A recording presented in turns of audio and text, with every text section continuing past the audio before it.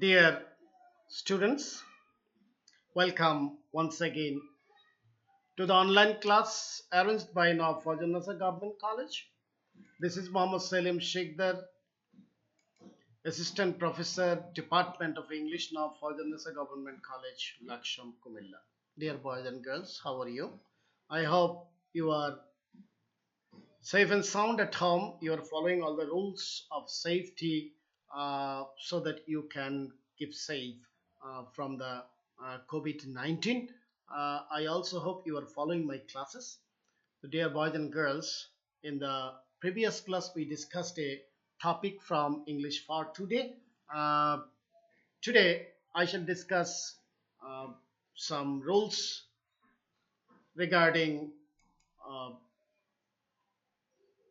using correct form of verbs. And in a previous class, I started the discussion and we discussed four rules regarding present indefinite tense. Today, I shall try my best to discuss some other rules for right form of verbs. And it is very important for you. In the previous class, I told you that it is very important for the students of 11th class and as well as for the students of 12th class because it is important for with clues and without clues, and in your second paper there is a grammar, 5 number grammar that is basically the rules of correct form, the rules of using correct form of verbs.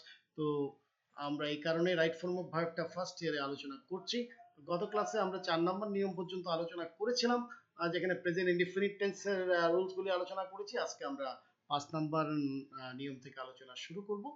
If the sentence is in past indefinite, the verb will be in simple past form in active mode and was were plus verb in the past participle form in passive mode। অর্থাৎ যদি সেন্টেন্সটি past indefinite টেন্সে থাকে তাহলে আমরা দেখব সেন্টেন্সটা অ্যাক্টিভে আছে কিনা। অ্যাক্টিভ হলে ভার্বের পাস্ট ফর্ম হবে, প্যাসিভ হলে ওয়াজ অথবা ওয়্যার প্লাস ভার্বের পাস্ট পার্টিসিপল হবে। অ্যাক্টিভ কিভাবে চিনব, প্যাসিভ কিভাবে চিনব, এটা আমরা গত ক্লাসে আলোচনা করেছি। এখন পাস্ট ইনডিফিনিট আমরা কিভাবে চিনব? খুব সহজেই চেনা যায়। যদি কোনো সেন্টেন্সে তোমার yesterday, ago, long since, last, once upon a time, one day, formerly, এই ফ্রেজগুলি বা ওয়ার্ডগুলি থাকে তাহলে আমরা ধরে নেব সেন্টেন্সটি পাস্ট ইনডিফিনিট টেন্সে আছে। অ্যাক্টিভ হলে ভার্বের পাস্ট ফর্ম, প্যাসিভ হলে ওয়াজ ওয়্যার প্লাস ভার্বের past participle form. Let us see an example. The authority tried its best to keep people at home few days ago. People encouraged to remain at home but they didn't pay any heed to the authority. এখানে দুইটা verb আছে, একটা try একটা encourage. Try ভার্বটা তোমার past ইনডিফিনিটে আছে, few days ago. এগো শব্দটা থাকার কারণে তার মানে প্যাসেজটা পাস্ট ইনডিফিনিটে করা, তার মানে বোঝা যাচ্ছে যে ভার্বগুলিও পাস্ট ইনডিফিনিটেই হবে। দ্য অথরিটি ট্রাই, তার মানে এটা অ্যাক্টিভে আছে, শুধু ট্রাইড হয়ে যাবে। আর দ্বিতীয় ভার্বটা পিপল এনকারেজ, কে এনকারেজ করে? উত্তর হচ্ছে অথরিটি এনকারেজ করে, তবে এখানে সাবজেক্ট হচ্ছে পিপল, সুতরাং বুঝা যাচ্ছে এটা প্যাসিভে আছে, তাহলে পিপল ওয়্যার এনকারেজড। তাহলে অ্যান্সার গুলি কি হবে তোমার? ট্রাইট এবং ওয়্যার এনকারেজড, ট্রাইট এবং ওয়্যার এনকারেজড। আশা করি তোমরা পাস্ট ইনডিফিনিটে বুঝতে পেরেছো।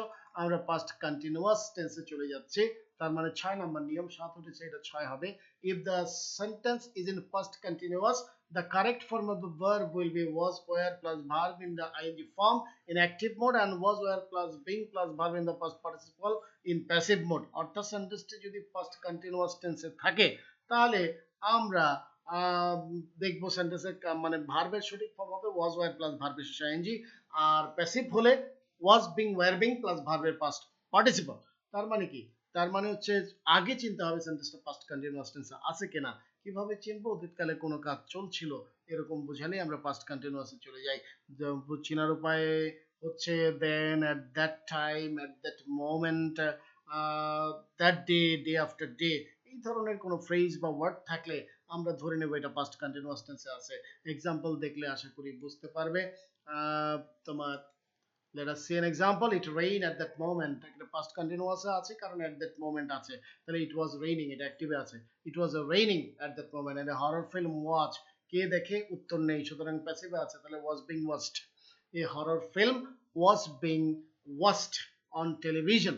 It was raining at that moment and a horror film was being watched on television. Active এবং প্যাসিভ, সুন্দর করে যদি অ্যাক্টিভ প্যাসিভ বুঝতে না পারো তাহলে রাইট ফর্ম অফ ভার্ব বা ভার্বের সঠিক ফর্ম বসানো তোমাদের জন্য কঠিন হয়ে যাবে। অ্যান্সারগুলো এখানে দেওয়া আছে, was raining, was being watched.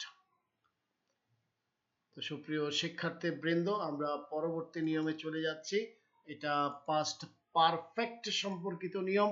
Past পারফেক্টের ক্ষেত্রে একটু মনে রাখবা, সংজ্ঞাটা মনে আছে কিনা আমি জানি না। সংজ্ঞাটা হচ্ছে অতীতকালে দুটি কাজ সংঘটিত হয়ে থাকলে যে কাজটি আগে হয়েছিল সেটা পাস্ট পারফেক্ট টেন্সে হবে, যে কাজটি পরে হয়েছিল সেটা পাস্ট ইনডিফিনিটে চলে যাবে। তো past indefinite past tense past perfect tense চেনার জন্য দুইটা ওয়ার্ডের উপরে আমাদেরকে ফোকাস দিতে হবে, একটা হচ্ছে বিফোর আর একটা হচ্ছে আফটার। অর্থাৎ যদি সেন্টেন্সে বিফোর শব্দটা থাকে তাহলে বিফোরের পূর্বে হবে পাস্ট পারফেক্ট, বিফোরের পরে হবে পাস্ট ইনডিফিনিট। যদি মাঝখানে আফটার শব্দটা থাকে তাহলে আফটারের পূর্বে হবে পাস্ট ইনডিফিনিট, আফটারের পরে হবে পাস্ট পারফেক্ট। তার মানে এইভাবেই নিয়মটা এখানে লেখা আছে। If the sentence is in past perfect tense, the correct form of the verb in bracket depends on two words, before, after. If the bracket is before, before and after, the verb will be had plus verb in the past participle in active, had been plus verb in the past participle form in passive. If the bracket is after before and before after, the verb will be simple past form in active, was, were plus verb in the past participle form in passive. অর্থাৎ তুমি দেখবা বিফোরটা কোথাও before আছে, তাহলে বিফোরের আগের ভার্বটা past perfect, অ্যাক্টিভও হতে পারে প্যাসিভও হতে পারে। আর যদি মাঝখানে পরে বিফোরের পরের ভার্বটা পাস্ট ইনডিফিনিট, অ্যাক্টিভও হতে পারে প্যাসিভও হতে পারে। আর যদি মাঝখানে আফটার থাকে তাহলে আগের ভার্বটা পাস্ট ইনডিফিনিট, অ্যাক্টিভও হতে পারে প্যাসিভও হতে পারে, পরের ভার্বটা পাস্ট পারফেক্ট হবে, অ্যাক্টিভও হতে পারে প্যাসিভও হতে পারে। Let's see some example.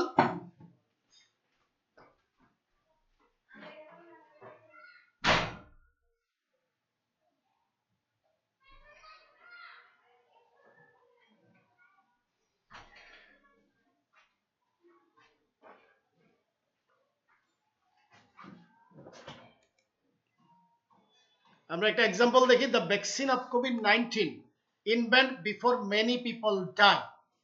তাহলে the vaccine of COVID-19 invent, এখানে মাঝখানে বিফোর আছে, বিফোরের পূর্বে আমরা পাস্ট পারফেক্ট হবে। তো এখন এটা অ্যাক্টিভ না প্যাসিভে আছে? ইনভেন্ট, এটা কে ইনভেন্ট করেছে? এটার অ্যান্সার এইখানে সেন্টেন্সের মধ্যে নেই, তার মানে প্যাসিভ। তাহলে কি হবে? Had been invented. আর পরের ভার্বটা হবে পাস্ট টেন্স, তাহলে এটা অ্যাক্টিভে আছে, ডাই হবে ডাইড। তাহলে কি দাঁড়ালো? প্রথম ভার্বটা হ্যাড বিন ইনভেন্টেড, দ্বিতীয় ভার্বটা হচ্ছে died. We become conscious after many people infect.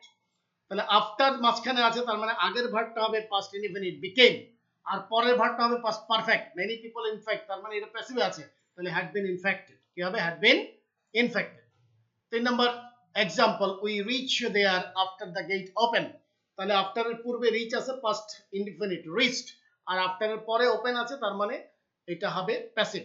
তো প্যাসিভের এটা সরি এটা হবে পাস্ট পারফেক্ট। পাস্ট পারফেক্টের কোন ফর্ম? Passive form. তাহলে had been opened। তাহলে we reached there after the gate had been opened, we reached there after the gate had been opened। অ্যান্সারগুলো এখানে লেখা আছে, তোমরা একটু দেখে নেবে। My dear boys and girls, আমরা চলে যাচ্ছি 8 নম্বর নিয়মে।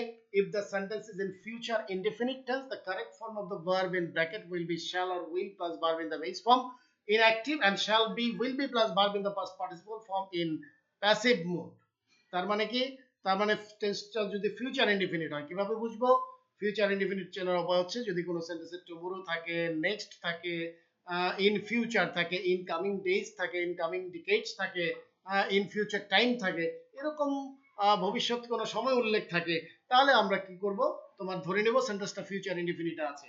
অ্যাক্টিভ হলে শ্যাল বা will plus verb in the base form, passive হলে shall be, will be plus verb in the past participle form.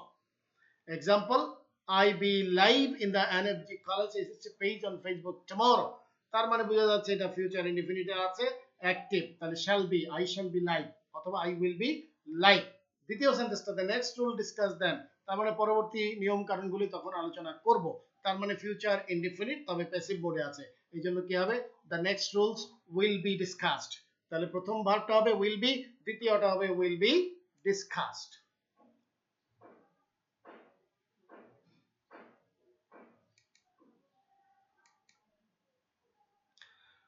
তো সুপ্রিয় শিক্ষার্থীবৃন্দ, আজকে আমরা কতগুলো নিয়ম আলোচনা করলাম। এই নিয়মগুলির আলোকে এখানে 7টা সেন্টেন্স আমি দিয়েছি, যেখানে ভার্বগুলি ব্র্যাকেটে দেওয়া আছে। তোমরা ব্র্যাকেটের ভার্বগুলি সঠিক ফর্ম কি হবে সেটা খুঁজে বের করার চেষ্টা করবে। আমি একবার পড়ে দিচ্ছি। The brave sons of our country sacrifice their lives for the motherland in 1971.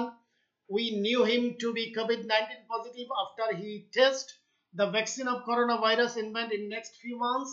The football match play between two teams long ago. The song sing before we reached there. The pandemic of corona disappear very soon. They arrive the hospital after the patient die. তাহলে এই সেন্টেন্সগুলি আমি তোমাদেরকে পড়েও দিলাম, যাতে বুঝতে সমস্যা হলে শুনে লিখতে পারো। আশা করব তোমরা এই 7টা সেন্টেন্স বাসায় প্র্যাকটিস করবে টেন্স এবং ভয়েস চিন্তা ভাবনা করে। তো সুপ্রিয় শিক্ষার্থীবৃন্দ, আজকে আর আলোচনা তেমন করব না। See you in the next class. Good bye, and keep safe, be safe.